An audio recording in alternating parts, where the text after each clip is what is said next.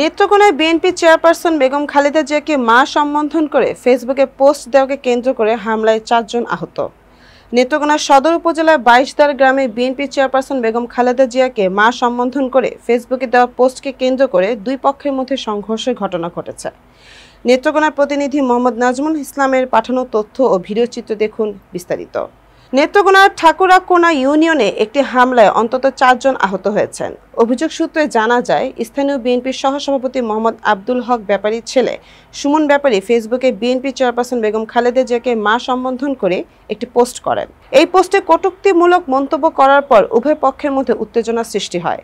ঈদের দিন মুক্তিযোদ্ধা নবী নওয়াজ খানের ৪ ছেলে সুমন ব্যাপারী ও তার পরিবারের উপর হামলা চালায়।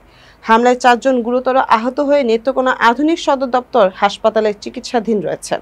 এ বিষয়ে নেত্রকোনা মডেল থানায় অভিযোগ দায়ের হয়েছে। থানার ভারপ্রাপ্ত কর্মকর্তা ওসি কাজী শাহনেওয়াজ জানান, অভিযোগের ভিত্তিতে মামলা রুজু করা হয়েছে এবং একজন আসামিকে গ্রেফতার করা হয়েছে। বাকি আসামিদের ধরতে অভিযান চলছে। তদন্ত সাপেক্ষে আইনানুগ ব্যবস্থা নেওয়া হবে। আওয়ামী সন্ত্রাসীরা আমার উপর ক্ষিপ্ত হয় ও পরিকল্পিতভাবে ঈদের দিন সকাল মাঠ করে আসার সময় তারা আমার উপর চড়া হয়ে আমাকে মেরে ফেলার মতো পরিস্থিতি করে। উনি মা বলেছিল তখন, এখন যারা ওনাকে মারার চেষ্টা করছিল তারাই ফেসবুকে কমেন্ট করছে যে তোমার কোন ধরনের মা, তোমার কোন বাবা বিয়ে করছে তারে।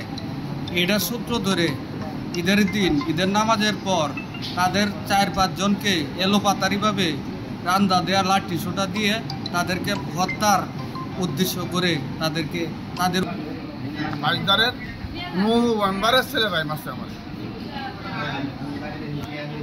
আমি মসজিদ থেকে বাইরে যাইতেছি, পরে আমার এইভাবেই মারছে। বাবা, ভাই এবং আমাদের বাড়ি করে হামলা করছে, ঠিক আছে। আর আমি সুষ্ঠু একটা বিচার চাই, প্রশাসনের দৃষ্টি আকর্ষণ করছি।